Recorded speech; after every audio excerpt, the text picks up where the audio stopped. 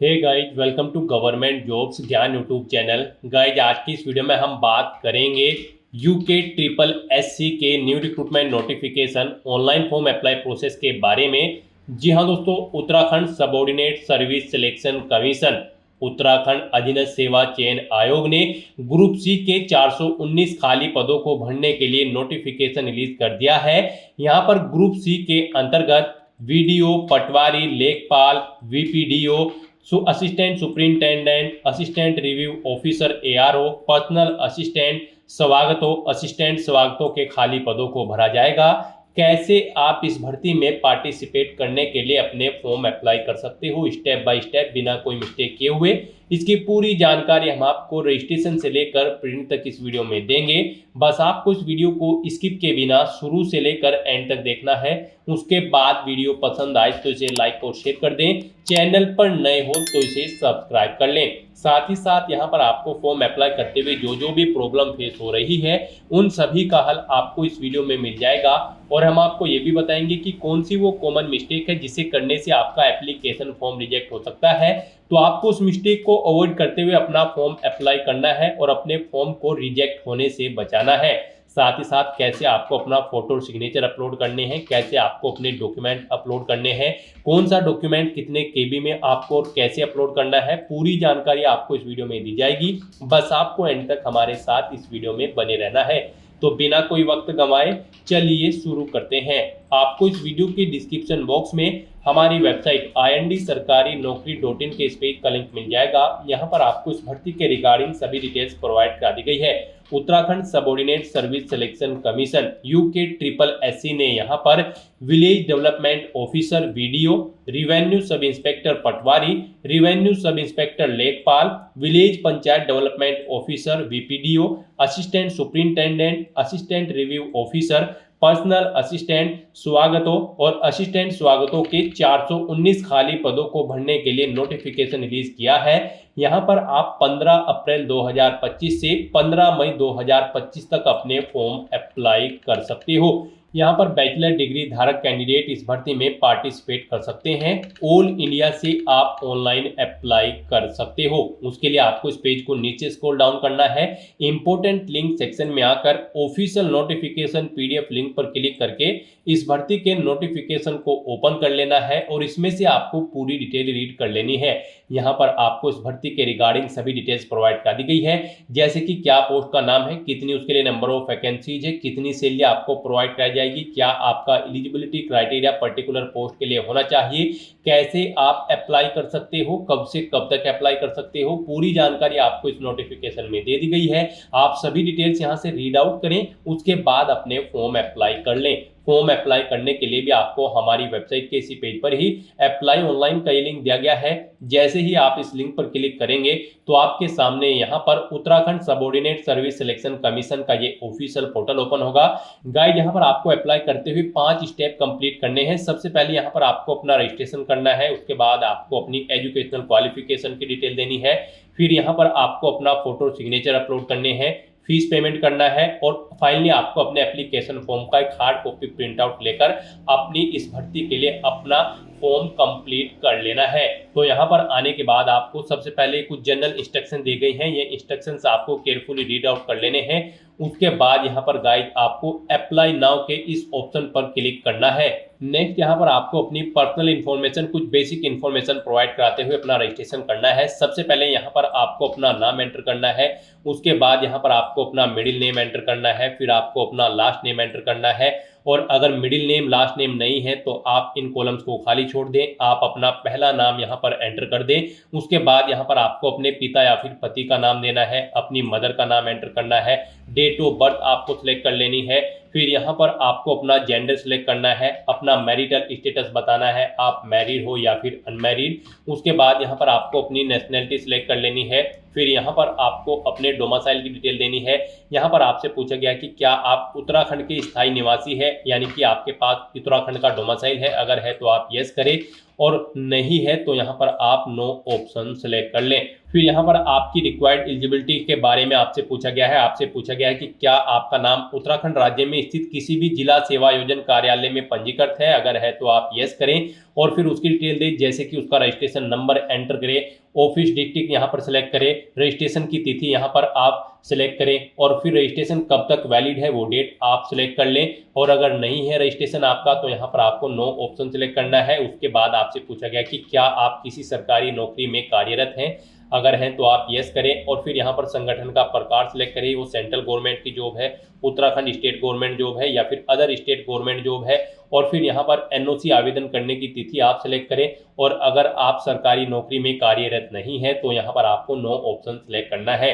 उसके बाद आपसे पूछा गया कि क्या आपने अपनी हाई स्कूल एवं 12वीं अथवा इसके समकक्ष स्तर की शिक्षा उत्तराखंड राज्य में स्थित मान्यता प्राप्त संस्थानों में से उत्तीर्ण की है, अगर की है तो यस करें, नहीं की है तो नो ऑप्शन सेलेक्ट करें। उसके बाद यहाँ पर आपसे पूछा गया है कि क्या आप या आपके पति या पत्नी या आपके माता पिता उत्तराखंड राज्य में सैनिक अर्धसैनिक बलों में नियमित कर्मचारी हैं जिनकी सेवाएं उत्तराखंड राज्य के बाहर स्थानांतरित नहीं की जा सकती, अगर हैं तो यस करें, नहीं तो नो ऑप्शन सेलेक्ट करें। फिर आपसे पूछा गया कि क्या आप या आपके पति या फिर पत्नी या आपके माता पिता राजकीय या फिर अर्धशासकीय संगठन के नियमित कर्मचारी हैं जो उत्तराखंड राज्य में नियमित रूप से सेवा कर रहे हैं और जिनकी सेवाओं को उत्तराखंड राज्य से बाहर स्थानांतरित नहीं किया जा सकता है, अगर हैं तो यस करें, नहीं तो नो ऑप्शन सेलेक्ट करें। उसके बाद यहाँ पर आपसे पूछा गया कि क्या आप या आपके पति या पत्नी या आपके माता पिता केंद्र सरकार या फिर सार्वजनिक उपक्रम में नियमित कर्मचारी हैं जो उत्तराखंड राज्य में नियमित रूप से काम कर रहे हैं और उनकी सेवाओं को उत्तराखंड के बाहर स्थानांतरित नहीं किया जा सकता है,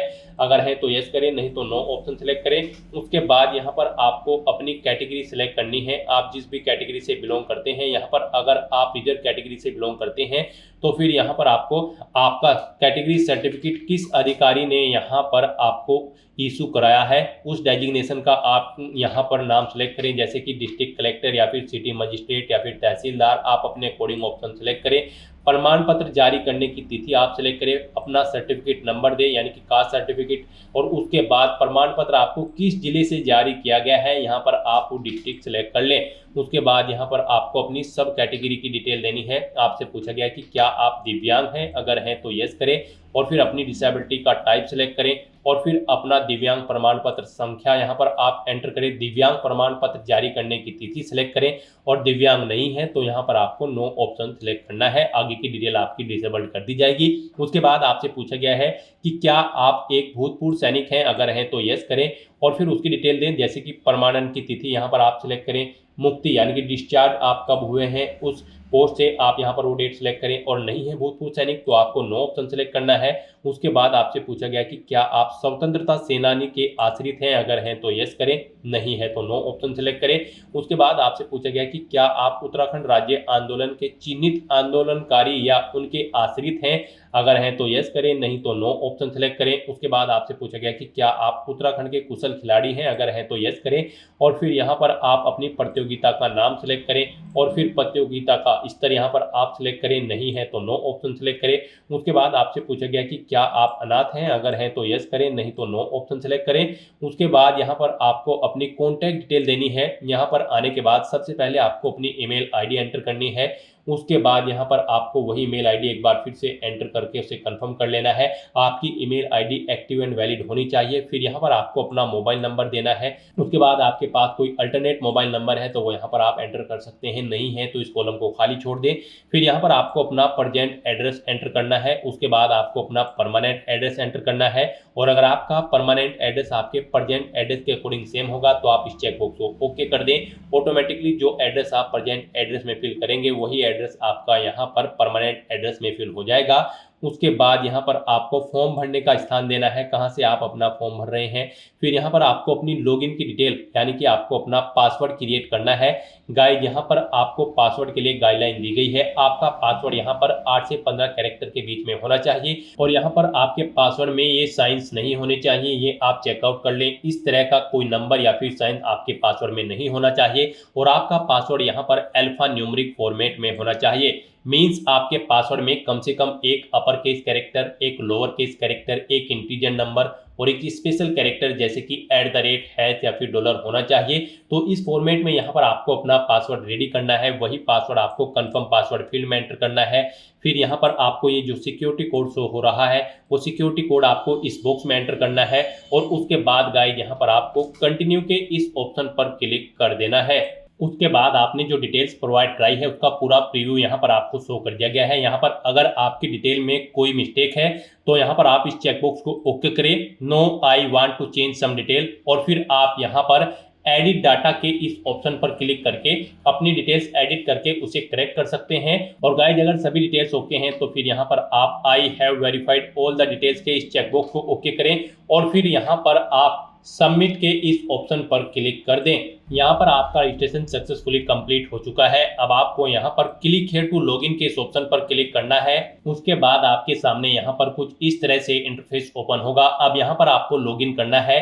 गाइस यहाँ पर आकर आप अपनी ईमेल आईडी एंटर करें या फिर आप अपना मोबाइल नंबर एंटर करें और फिर यहाँ पर आप अपना पासवर्ड एंटर करें जो पासवर्ड आपने रजिस्ट्रेशन टाइम पर क्रिएट किया था। फिर ये कैप्चा कोड आप यहाँ पर एंटर करें और उसके बाद यहाँ पर आप लॉगिन के इस ऑप्शन पर क्लिक करके अपने डैशबोर्ड में लॉगिन कर लें। लॉगिन करने के बाद आपका डैशबोर्ड यहाँ पर कुछ इस तरह से शो होगा। यहाँ पर आपका रजिस्ट्रेशन सक्सेसफुली कंप्लीट हो चुका है। अब आपको आगे के स्टेप कंप्लीट करने हैं तो उसके लिए यहाँ पर अब आपको प्रोसीड टू नेक्स्ट स्टेप के इस ऑप्शन पर क्लिक करना है। यहाँ पर अब आपको अपनी एजुकेशनल क्वालिफिकेशन की डिटेल देनी है, अपना फोटो सिग्नेचर अपलोड करने हैं, फीस पेमेंट करते हुए अपना फॉर्म यहाँ पर कंप्लीट कर लेना है। तो यहाँ पर अब आपको प्रोसीड टू नेक्स्ट स्टेप के इस ऑप्शन पर क्लिक करना है। नेक्स्ट यहाँ पर आपको पोस्ट सेलेक्ट करनी है। आप जिस भी पोस्ट के लिए यहाँ पर अप्लाई करना चाहते हैं यहाँ पर आप जो भी पोस्ट सेलेक्ट करेंगे उसी के अकॉर्डिंग फिर आपको अपनी एजुकेशनल क्वालिफिकेशन की डिटेल देनी होगी। तो यहाँ पर आप अपनी चॉइस के अकॉर्डिंग कोई भी पोस्ट सेलेक्ट करें जिसके लिए आप अप्लाई करना चाहते हैं और फिर उसकी क्वालिफिकेशन की डिटेल यहाँ पर आपको देनी होगी। जैसे कि यहाँ पर अगर आप सहायक स्वागती की पोस्ट सेलेक्ट करते हैं तो फिर आपसे पूछा जाएगा कि क्या आप हिंदी अंग्रेजी भाषा पढ़ने लिखने और बात करने की पूर्ण अक्षमता रखते हैं। तो यहाँ पर आपको येस या नो ऑप्शन सेलेक्ट करना होगा और यहाँ पर जिस भी पोस्ट के लिए जो भी क्वालिफिकेशन है उसी की डिटेल यहाँ पर आपको देनी होगी। यहाँ पर आपको एजुकेशनल क्वालिफिकेशन की डिटेल देनी है। यहाँ पर एजुकेशनल क्वालिफिकेशन की अगर बात करें तो आप हमारी वेबसाइट के इसी पेज पर चेकआउट कर सकते हो किस पोस्ट के लिए क्या आपकी एजुकेशनल क्वालिफिकेशन रखी गई है। जैसे कि अगर आप विलेज डेवलपमेंट ऑफिसर वीडियो की पोस्ट के लिए अप्लाई करते हैं तो फिर आपके पास बैचलर डिग्री होनी चाहिए किसी भी स्ट्रीम के अंतर्गत किसी वेल रिकॉग्नाइज्ड यूनिवर्सिटी से। रिवेन्यू सब इंस्पेक्टर पटवारी के लिए अगर आप अप्लाई करना चाहते हो तो बैचलर डिग्री होनी चाहिए किसी भी स्ट्रीम में रिकॉग्नाइज्ड यूनिवर्सिटी से, प्लस आपका फिजिकली एलिजिबिलिटी क्राइटेरिया इस तरह से होना चाहिए। आपको रनिंग करनी होगी मेल कैंडिडेट को 7 किलोमीटर 60 मिनट में, फीमेल को 3.5 किलोमीटर 35 मिनट में। हाइट यहाँ पर 168 सेंटीमीटर मेल कैंडिडेट के लिए है और 152 सेंटीमीटर फीमेल के लिए रिक्वायर्ड है। चेस्ट मेल के लिए रिक्वायर्ड है केवल 84 और फुलाने के बाद 89 सेंटीमीटर यहाँ पर होनी चाहिए। और अगर आप रिवेन्यू सब इंस्पेक्टर लेखपाल की पोस्ट के लिए अप्लाई कर रहे हैं तो फिर आपके पास बैचलर डिग्री होनी चाहिए किसी भी स्ट्रीम के अंतर्गत किसी वेल रिकॉग्नाइज्ड यूनिवर्सिटी से, प्लस आपका फिजिकल एलिजिबिलिटी क्राइटेरिया इस तरह से होना चाहिए। यहाँ पर आपको रनिंग करनी होगी मेल कैंडिडेट को 7 किलोमीटर 60 मिनट में, फीमेल को 3.5 किलोमीटर 35 मिनट में यहाँ पर रनिंग करनी होगी। तो आप हमारी वेबसाइट के पेज से चेकआउट कर सकते हो किस पोस्ट के लिए क्या आपकी एलिजिबिलिटी क्राइटेरिया रखा गया है, यानी कि एजुकेशनल क्वालिफिकेशन और फिजिकल एलिजिबिलिटी क्राइटेरिया क्या है, आप यहाँ से चेकआउट कर सकते हो और उसके बाद आपको अपनी एजुकेशनल क्वालिफिकेशन की डिटेल यहाँ पर देनी है। तो सबसे पहले यहाँ पर आपको अपनी 10वीं क्लास की डिटेल देनी है। यहाँ पर आप 10th ऑप्शन सेलेक्ट करें। उसके बाद गाइस यहाँ पर आपको अपनी शैक्षणिक योग्यता का नाम एक बार फिर से सिलेक्ट करना है। उसके बाद यहाँ पर आपको बताना है आपने अपनी 10वीं क्लास कहाँ से कंप्लीट की है, किस स्टेट से आपने कंप्लीट की है, उस स्टेट का नाम यहाँ पर आपको सिलेक्ट करना है। उसके बाद गाइस यहाँ पर आपको बोर्ड या यूनिवर्सिटी का नाम देना है जिससे आपने अपनी 10वीं क्लास पास आउट की है। उसके बाद यहाँ पर आपने कब आपको आपकी मार्कशीट जारी हुई है वो डेट आप यहाँ पर सिलेक्ट करें। 10वीं की मार्कशीट आपको किस डेट को जारी हुई है वो डेट आप यहाँ पर इस कैलेंडर में से सिलेक्ट करें। फिर यहाँ पर आप अपने सब्जेक्ट या स्ट्रीम ऑप्शन सेलेक्ट करें। फिर यहाँ पर आपको बताना है आपके जो मार्क्स थे वो यहाँ पर ग्रेड में थे, CGPA में थे या फिर मार्किंग में ही थे। आप अपने अकॉर्डिंग ऑप्शन सेलेक्ट करें। मार्क्स ऑप्शन अगर आप सेलेक्ट करते हैं तो फिर आपको बताना है कितने मार्क्स यहाँ पर आपने ऑब्टेन किए हैं, फिर आपको बताना है कितने टोटल मार्क्स थे जिसमें से आपने मार्क्स ऑब्टेन किए हैं। इनके अकॉर्डिंग यहाँ पर आपकी परसेंटेज कैलकुलेट होकर आ जाएगी। ऐसे ही यहाँ पर आप अपनी CGPA एंटर करके उसकी परसेंटेज भी कैलकुलेट कर सकते हो। इस तरह से यहाँ पर आपको अपनी 10वीं क्लास की डिटेल ऐड कर देनी है और उसके बाद आपको ऐड एजुकेशनल क्वालिफिकेशन डिटेल के इस ऑप्शन पर क्लिक करके अपनी डिटेल ऐड कर देनी है। इस तरह से यहाँ पर आपकी 10वीं क्लास की डिटेल ऐड हो जाएगी। फिर यहाँ पर आप अपनी 12वीं क्लास की डिटेल प्रोवाइड कराएं। आप इंटरमीडिएट ऑप्शन सेलेक्ट करें। उसके बाद शैक्षणिक योग्यता का नाम यहाँ पर आप सेलेक्ट करें दोबारा से। फिर यहाँ पर आप बताएं कहाँ से आपने अपनी 12वीं क्लास पास आउट की है, किस स्टेट से, वो स्टेट आप सेलेक्ट करें। फिर यहाँ पर बोर्ड का नाम सेलेक्ट करें। उसके बाद कब आपने 12वीं क्लास की मार्कशीट आपको कब जारी हुई है वो डेट आपको सिलेक्ट करनी है। यहाँ पर सब्जेक्ट या स्ट्रीम सेलेक्ट करनी है जिसमें आपने अपनी 12वीं क्लास पास आउट की है। उसके बाद यहाँ पर आपको अपने मार्क्स का टाइप बताना है, आपके मार्क्स में है, CGPA में है या फिर ग्रेड में, और उनकी डिटेल आपको देनी है। और उसके बाद यहाँ पर आपको अपनी ग्रेजुएशन की डिटेल देनी है। गाइस यहाँ पर इन सभी पोस्ट पर, इस भर्ती की सभी पोस्ट पर अप्लाई करने के लिए आपके पास ग्रेजुएट डिग्री होनी जरूरी है। तो यहाँ पर आपको अपनी ग्रेजुएशन की डिटेल देनी है। उसके लिए यहाँ पर आप ग्रेजुएशन ऑप्शन सेलेक्ट करें और फिर यहाँ पर आप दोबारा से शैक्षणिक योग्यता का नाम सेलेक्ट करें। आपने अपनी ग्रेजुएशन किस में कंप्लीट की है, BMS, BA, BSc, आप अपने अकॉर्डिंग यहाँ पर ऑप्शन सेलेक्ट करें। फिर विश्वविद्यालय का नाम यहाँ पर आप बताएं। फिर यहाँ पर आपको विश्वविद्यालय सेलेक्ट करना है किस स्टेट में आपकी यूनिवर्सिटी थी जिससे आपने अपनी ग्रेजुएशन कंप्लीट की है। फिर विश्वविद्यालय का नाम यानी कि यूनिवर्सिटी का नाम आपको सिलेक्ट कर लेना है। फिर यहाँ पर आपकी जो अंतिम वर्ष की मार्कशीट थी वो कब जारी हुई है वो डेट आपको सिलेक्ट कर लेनी है। फिर यहाँ पर आपको अपने सब्जेक्ट और स्ट्रीम सेलेक्ट कर लेने हैं जिसमें आपने अपनी ग्रेजुएशन कंप्लीट की है। फिर यहाँ पर आपको मार्क्स का टाइप बताना है, आपके मार्क्स में थे, CGPA में या फिर ग्रेड में, आप अपने अकॉर्डिंग ऑप्शन सेलेक्ट करें और फिर उनकी डिटेल यहाँ पर आप दें। जैसे कि अगर आपके मार्क्स में थे तो यहाँ पर आपने कितने मार्क्स ऑब्टेन किए हैं वो दें, टोटल कितने मार्क्स थे जिसमें से आपने मार्क्स ऑब्टेन किए हैं वो यहाँ पर आप दें। इनके अकॉर्डिंग आपकी परसेंटेज यहाँ पर कैलकुलेट होकर आ जाएगी। इस तरह से यहाँ पर आपको अपनी ग्रेजुएशन की डिटेल प्रोवाइड करा देनी है और उसके बाद आपको गाइस यहाँ पर ऐड एजुकेशनल क्वालिफिकेशन डिटेल के इस ऑप्शन पर क्लिक करके अपनी ग्रेजुएशन की डिटेल भी यहाँ पर आपको ऐड कर देनी है। इस तरह से यहाँ पर आपको अपनी हायर क्वालिफिकेशन तक की सभी डिटेल्स प्रोवाइड कर देनी है। यानी कि अगर आपके पास कोई डिप्लोमा या फिर पोस्ट ग्रेजुएशन है तो उसकी डिटेल भी आप प्रोवाइड करा सकते हैं यहाँ पर आप ऑप्शन सेलेक्ट करके। तो इस तरह से यहाँ पर आपको अपनी हायर क्वालिफिकेशन तक की सभी क्वालिफिकेशन ऐड कर देनी है और उसके बाद आपको इस पेज को नीचे स्क्रॉल डाउन करना है। फिर यहाँ पर आपको अपनी पोस्ट के अकॉर्डिंग प्रीफरेंशियल एलिजिबिलिटी की डिटेल प्रोवाइड करानी है। यहाँ पर आपने ऊपर जो भी पोस्ट सेलेक्ट की होगी उनके अकॉर्डिंग आपको अधिमानी अर्हता की डिटेल देनी है। यानी कि यहाँ पर आपसे पूछा गया है आपके जो आपने ऊपर पोस्ट सेलेक्ट की है क्या आपने 2 साल या उससे अधिक के लिए प्रादेशिक सेना में सेवा की है, अगर की है तो यस करें और फिर उसकी डिटेल दें जैसे कि प्रमाणन की तारीख, मुक्ति की तारीख, नहीं की है तो आप नो ऑप्शन सेलेक्ट करें। फिर यहाँ पर आपसे पूछा गया कि क्या आपने NCC का B प्रमाण पत्र प्राप्त किया है या फिर C प्रमाण पत्र प्राप्त किया है, अगर किया है तो यस करें और फिर उसकी डिटेल दें, नहीं किया है तो आप नो ऑप्शन सेलेक्ट करें। उसके बाद आपसे पूछा गया है कि क्या आपने NSS का C सर्टिफिकेट प्राप्त किया है, अगर किया है तो उसकी डिटेल दें जैसे कि प्रमाण पत्र प्राप्त करने की तिथि, प्रमाण पत्र संख्या, नहीं किया है तो आप नो ऑप्शन सेलेक्ट कर लें। उसके बाद यहाँ पर आपकी जो फिजिकल एलिजिबिलिटी क्राइटेरिया है रिक्वायर्ड पोस्ट के लिए, जिस भी पोस्ट के लिए जो आपका फिजिकल एलिजिबिलिटी क्राइटेरिया है उसकी डिटेल यहाँ पर आपको देनी होगी। फिर यहाँ पर आपको पोस्ट के अकॉर्डिंग यानी कि कुछ पोस्ट के लिए यहाँ पर आपका कुछ फिजिकली एलिजिबिलिटी क्राइटेरिया भी रिक्वायर्ड किया गया है जैसे कि पटवारी और लेखपाल और कुछ अन्य पोस्ट हैं, तो उसके लिए यहाँ पर आपको अपना फिजिकल एलिजिबिलिटी क्राइटेरिया की डिटेल भी देनी होगी। जिस पोस्ट के लिए आप अप्लाई कर रहे हैं अगर उसके लिए फिजिकल एलिजिबिलिटी क्राइटेरिया रिक्वायर्ड है तो आपको उसकी डिटेल भी देनी होगी।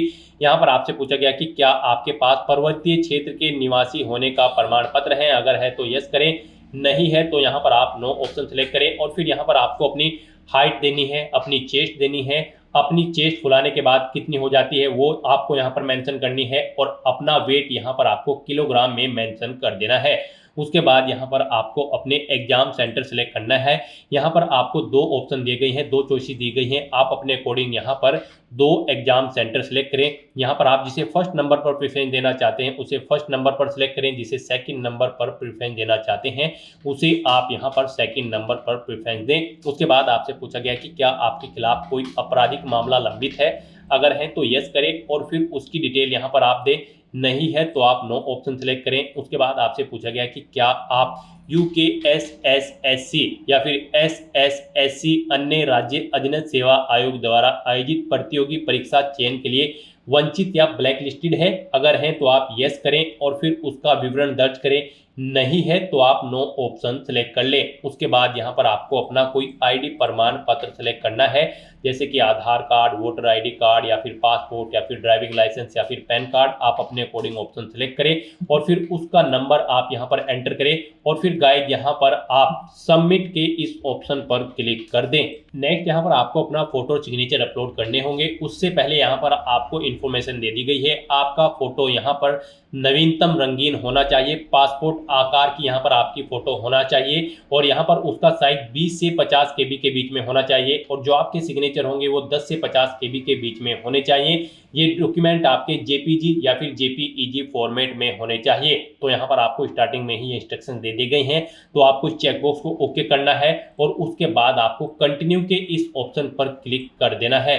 तो यहाँ पर अब आपको अपना फोटो और सिग्नेचर अपलोड करने हैं। लेटेस्ट फोटो और सिग्नेचर यहाँ पर आपको अपलोड करने हैं। फोटो यहाँ पर आपका 20 से 50 केबी के बीच में होना चाहिए, सिग्नेचर आपके यहाँ पर 10 से 50 केबी के बीच में होने चाहिए और ये जेपीजी या फिर जेपीईजी फॉर्मेट में होने चाहिए। गाइज आपको दी गई गाइडलाइंस के अकॉर्डिंग यहाँ पर अपना फोटो और सिग्नेचर अपलोड करने हैं, अदरवाइज यहाँ पर आपका एप्लीकेशन फॉर्म रिजेक्ट हो सकता है। दी गई गाइडलाइंस के अकॉर्डिंग ही आपको अपने फोटो और सिग्नेचर अपलोड करने हैं। तो उसके लिए यहाँ पर आपको चूज फाइल बटन को क्लिक करना है, फाइल को सिलेक्ट करना है और 1 बाय 1 करके अपना फोटो और सिग्नेचर यहाँ पर अपलोड कर देने हैं। और अगर आपका फोटो और सिग्नेचर छोटे या फिर बड़े हैं, यानी कि उनका साइज प्रॉपर वे में नहीं है, तो फिर आप गूगल पर जाएं, वहां पर इमेज रिसाइजर टाइप करें। मल्टीपल वेबसाइट ओपन होंगी, उनमें से आप कोई भी वेबसाइट ओपन कर ले और वहां पर अपना फोटो और सिग्नेचर अपलोड करके दी गई गाइडलाइन के अकॉर्डिंग उनका साइज आप सेट करके फिर उन्हें यहाँ पर आप अपलोड कर दें।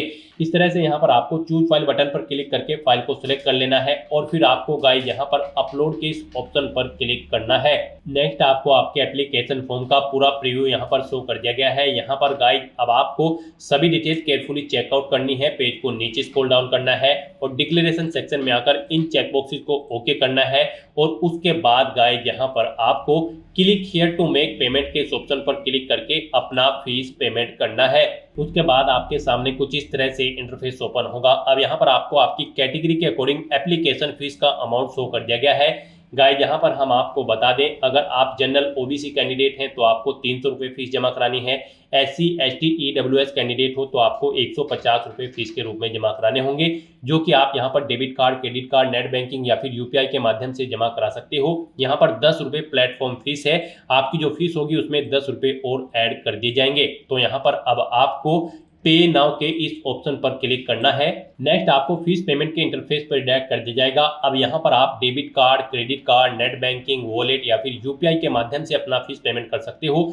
यूपीआई यहाँ पर आपके लिए बेस्ट ऑप्शन रहेगा, आप यूपीआई के इस ऑप्शन पर क्लिक करें। उसके बाद यहाँ पर अगर आप अपनी यूपीआई आईडी जानते हैं तो वो एंटर करके आप अपना फीस पेमेंट कर दें, या फिर आप क्यूआर कोड के थ्रू भी अपना फीस पेमेंट कर सकते हो। आप जनरेट क्यूआर के इस ऑप्शन पर क्लिक करें, एक क्यूआर कोड यहाँ पर आपको शो होगा, आप इसे अपने यूपीआई से स्कैन करें और फिर अपना फीस पेमेंट कर दें। सक्सेसफुली फीस पेमेंट करने के बाद आपका एप्लीकेशन फॉर्म सक्सेसफुली सबमिट हो जाएगा। उसके बाद आपको अपने एप्लीकेशन फॉर्म का एक हार्ड कॉपी प्रिंट आउट ले लेना है फ्यूचर यूज के लिए, फ्यूचर रेफरेंस के लिए, और आप अपने डैशबोर्ड में जाकर अपने एप्लीकेशन फॉर्म का स्टेटस भी चेकआउट कर सकते हो। तो दोस्तों ऐसे आप Uttarakhand subordinate service selection commission के 419 ग्रुप सी खाली पदों को भरने के लिए अपना फॉर्म अप्लाई कर सकते हो, स्टेप बाय स्टेप, बिना कोई मिस्टेक किए हुए। आज की इस वीडियो में बस इतना ही। आई होप ये वीडियो आपको पसंद आई होगी। अगर पसंद आई हो तो इसे लाइक और शेयर करें, चैनल पर नए हो तो इसे सब्सक्राइब कर लें। Thanks for watching.